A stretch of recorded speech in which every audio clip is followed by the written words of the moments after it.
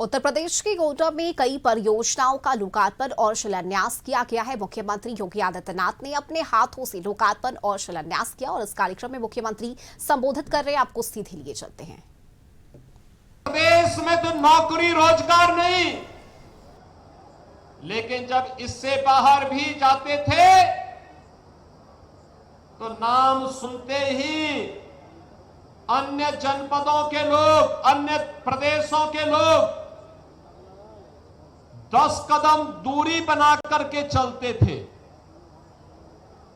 लोगों को लगता था कि पता नहीं कौन ये व्यक्ति है, क्या करके आया है।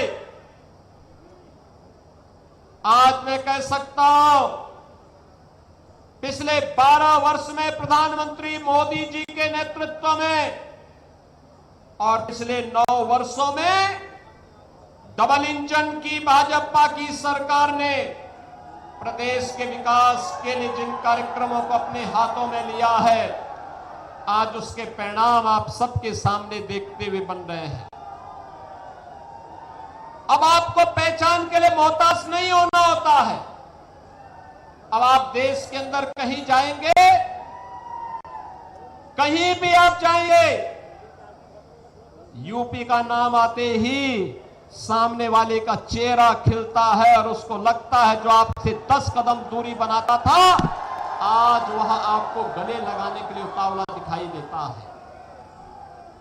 आज आप गोंडा से बाहर किसी जनपद में जाएंगे, आज वह आपसे दूरी नहीं बनाता है, आज वह मित्रवत व्यवहार करता है, क्योंकि उसे मालूम है अयोध्या के बगल वाला जनपद गोंडा ही है।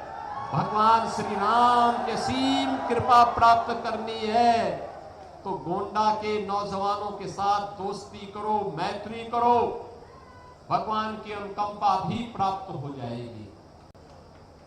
बहनों और भाइयों, आज यूपी के नौजवानों को नौकरी मिल रही है, सरकारी नौकरी। यूपी पुलिस ने जब भर्ती हुई थी 60,244 भर्ती,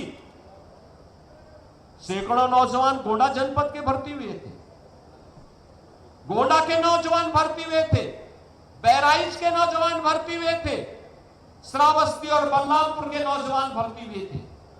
आज कोई भी सरकारी भर्ती आती है, मैं नियुक्ति पत्र देने के लिए जाता हूं, उससे पहले पूरी सूची देखता हूं।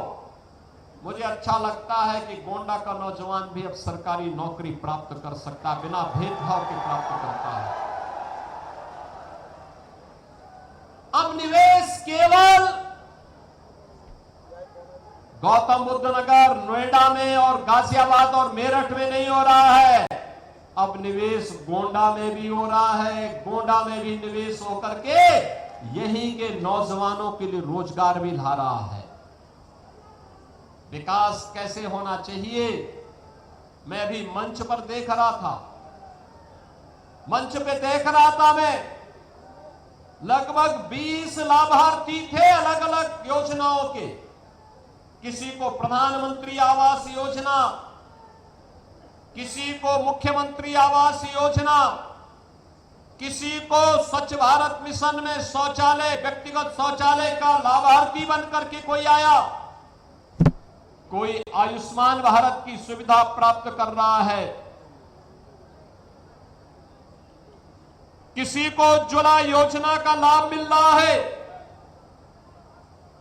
किसी बेटी को मुख्यमंत्री कन्या सुमंगला योजना का लाभ मिल रहा है, किसी को दिव्यांगजन पेंशन, किसी को निराश्रित महिला पेंशन और किसी को वृद्धावस्था पेंशन का लाभ प्राप्त हो रहा है। चेहरा नहीं देखा।